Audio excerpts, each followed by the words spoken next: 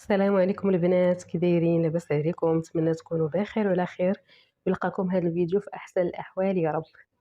في فيديو اليوم بغيت نهضر لكم على اساسيات العنايه بالبشره او المنتجات اللي لازم تكون عند كل بنت بغات تعتني بالبشره ديالها باش تجنب بزاف ديال المشاكل، منها الحبوب، منها رؤوس سوداء، منها التصبغات، منها بزاف د المشاكل البنات كيكونوا ناتجين على عدم الاهتمام بالبشرة من الأول.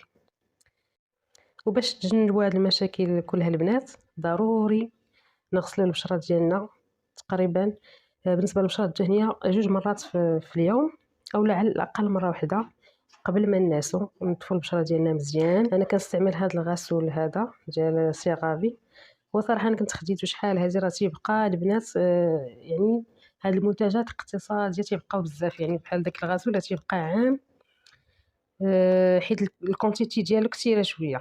بالنسبة لهاد الغسول البنات خاص بالبشرة الدهنية، وكاينين أنواع بالنسبة للبشرة العادية والجافة.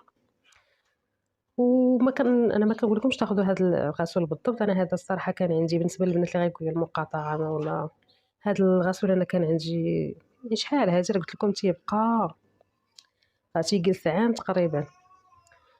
اذا من بعد الغسول ضروري من الترطيب البنات، ضروري اي بنت يكون عندها مرطب، اي مارك عندكم، اي مرطب البنات تفضلوا ماشي مشكل.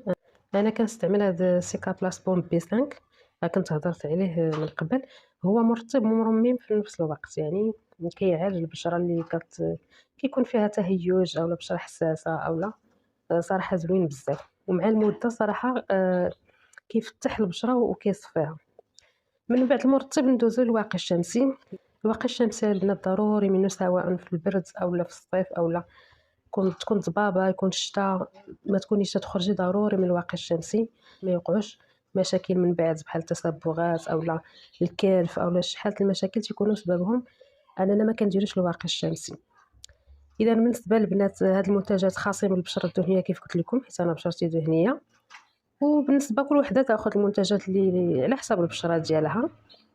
وهاد المنتجات صراحه ما غاليينش بزاف واقتصاديين، حيت تكون فيهم يعني كميه كبيره تيبقاو، يعني تيديو لنا شحال بحال هاد الجيل هذا راه قلت لكم كيبقى عام تقريبا، وفقط 120 درهم، يعني اقتصادي. بالنسبه للمرطب كذلك يعني فيه 100 مليلتر داير شي 180 درهم، والتالي كرون تا هو صراحه ما غاليش بزاف، تا هو فيه شي 100 مليلتر تقريبا. ما عقلتش البنات، والله ما عقلت لك كرون شحال البنات، المهم ما غاليش بزاف. وبالنسبه لهاد دايلونغ الصراحه زوين بزاف البنات، مع المده لاحظت بدا يعني كيصفي ليا بشرتي شويه، يعني زوين بزاف اللي عنده تصبغات. اذا هادو هما المنتجات اللي قلت صراحه من الاحسن يكون عند كل بنت بغات تعتني بالبشره ديالها، ومن الاحسن تاخذ المنتجات على حسب النوع ديال البشره ديالها، سواء جافه او مختلطه او دهنيه. وبالنسبه للبنات اللي غيقول لي ما عندناش باش ناخذوا هاد المنتجات او لا غاليين، ممكن البنات هي صابونه ديال الضوف اولا صابونه ديال الطوس نغسلوا بها وجهنا، هي ضروري ننظفوا البشره ديالنا.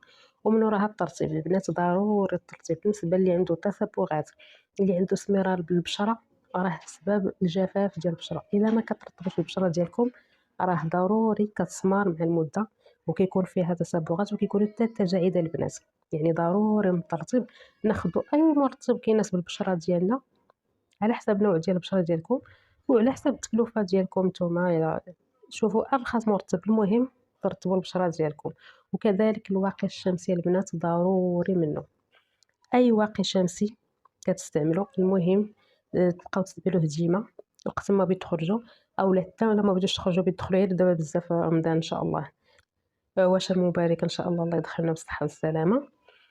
فكندخل الكوزينه ضروري كتقابل البوطه الفران وكنتعطلوا شويه في الكوزينه، ضروري خصنا نديروا واقي شمسي قبل. اذا هادشي اللي كاين البنات، نتمنى يعجبكم الفيديو، ولا عجبكم ما تبخلوش عليا بلايك، واللي مازال ما اشترك نتمنى يشترك ويفعل الجرس باش يتصل ديما بالجديد. وفي امان الله.